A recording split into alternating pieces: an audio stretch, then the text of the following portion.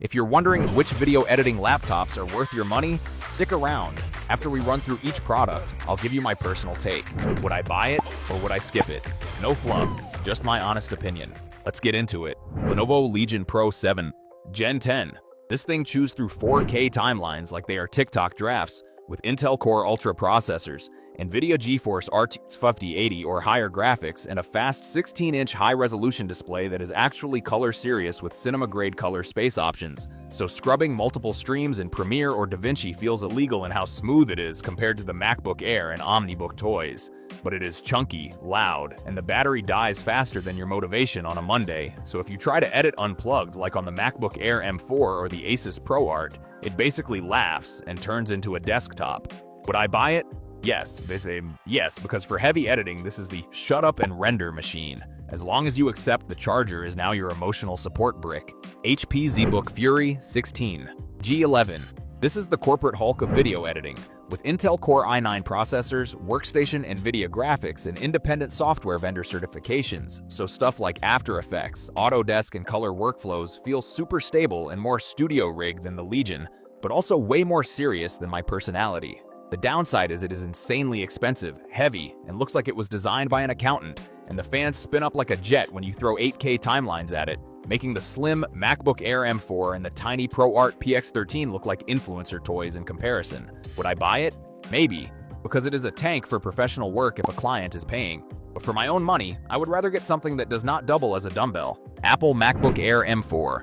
For lightweight 4K editing, this thing is low-key cracked. The M4 chip with the media engine for hardware-accelerated H.264 HEVC and ProRes lets you cut multiple streams smoothly while the fanless design stays silent, which feels magical next to the roaring Legion and ZBook beasts. But once you push long 8K timelines, heavy noise reduction, or loads of plugins, the thin design and no active cooling mean it can throttle and slow down. Plus, you are stuck with integrated graphics and fewer ports compared to the creator-focused ASUS ProArt and Legion laptops. Would I buy it? Yes, because as a portable on-the-go edit and review machine, it is amazing, and then I would offload the really abusive projects to a beefier laptop or desktop. ASUS ProArt P16. This is the artsy nerd of the group, rocking an AMD Ryzen AI Max Plus processor, up to 128GB of unified memory, and a 3K organic light emitting diode touchscreen with Delta E under one color accuracy.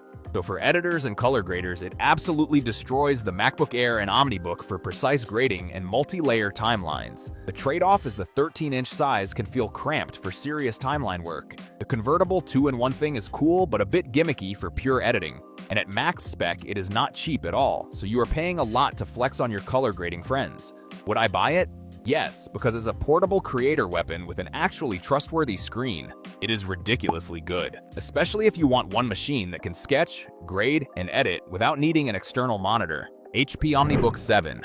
This one is like the I edit sometimes laptop, with Intel Core Ultra processors, Intel Arc graphics with 8GB of memory, up to 16GB of random access memory, and decent ports including Thunderbolt 4, which is fine for basic 4K timelines but will start wheezing way before the Legion or ProArt when you stack effects. It is lighter and more portable than the ZBook and Legion, but with only up to 16GB of memory and more mid-range graphics, it is clearly not built as a hardcore editing monster, so if you try to cut heavy projects on it daily, you will age faster than your footage. Would I buy it?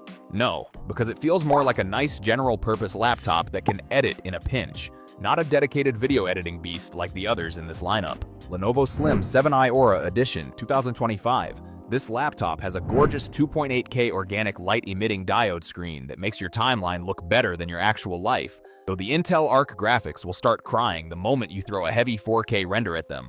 The keyboard feels like clicking soggy crackers, which is a total vibe killer for editing marathons, but hey, at least the battery lasts long enough to finish a project before you lose your mind. Would I buy it? Maybe. Only if I was strictly doing light social media edits and wanted to flex that Aura name at a coffee shop without carrying a heavy power brick. Microsoft Surface Laptop Studio 2. This thing is basically a transformer for nerds with a screen that flips over like it's doing parkour, giving you a 120Hz refresh rate that's smoother than my pickup lines. While it packs a decent NVIDIA RTX 4060, Microsoft restricted the power to a measly 80 watts, so it's basically a Ferrari with a speed limiter that gets louder than a jet engine when you try to export. Would I buy it?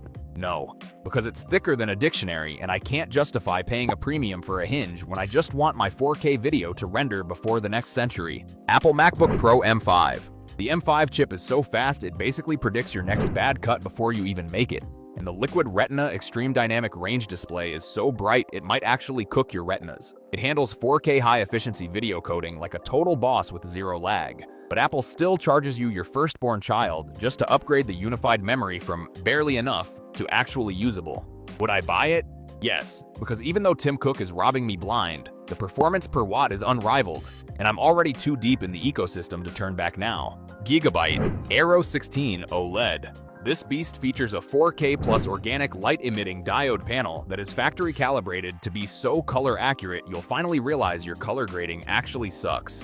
It rocks an Intel Core i9 and an RTX 4070 that eats through Premiere Pro timelines, but it only has a 60Hz refresh rate, which feels like watching a slideshow if you've ever touched a real monitor.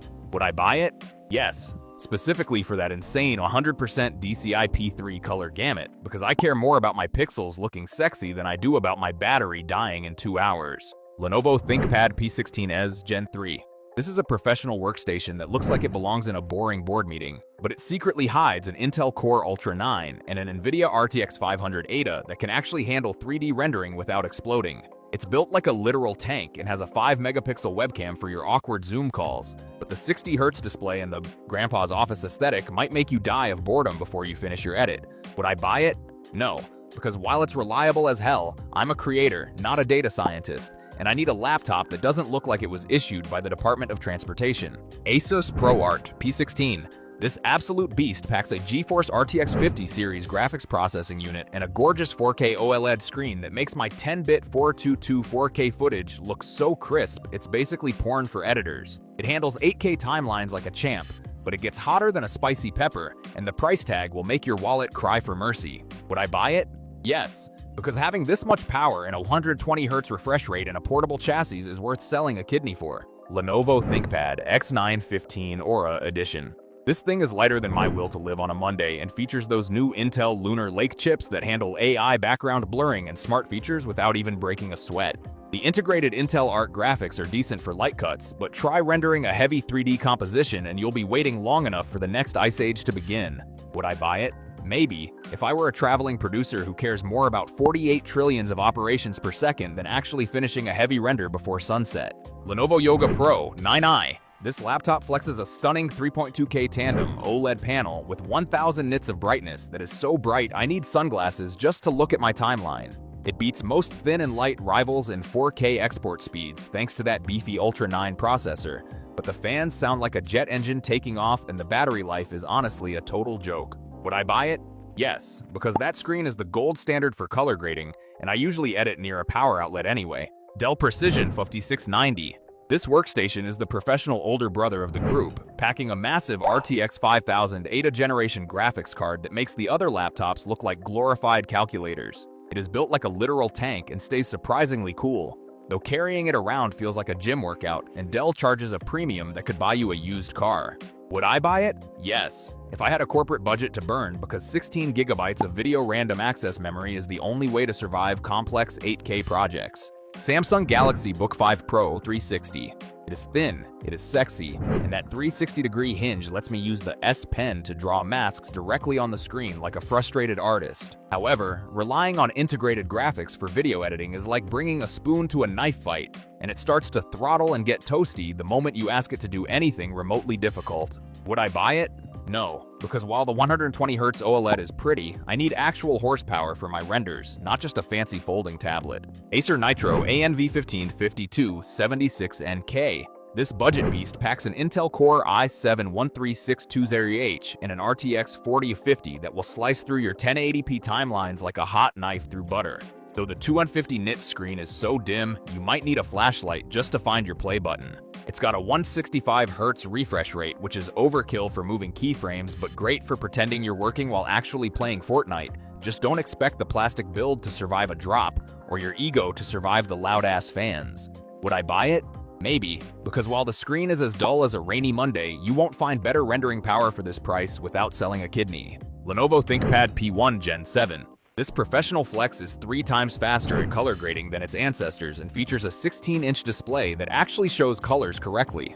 Unlike that Acer, which looks like it's filtered through a dirty sock. You get a sturdy magnesium build and a Core Ultra 7 processor that handles 4K exports in about 4 minutes, but it costs enough to make your bank account file for divorce, and the fans scream louder than a toddler in a grocery store when things get heavy.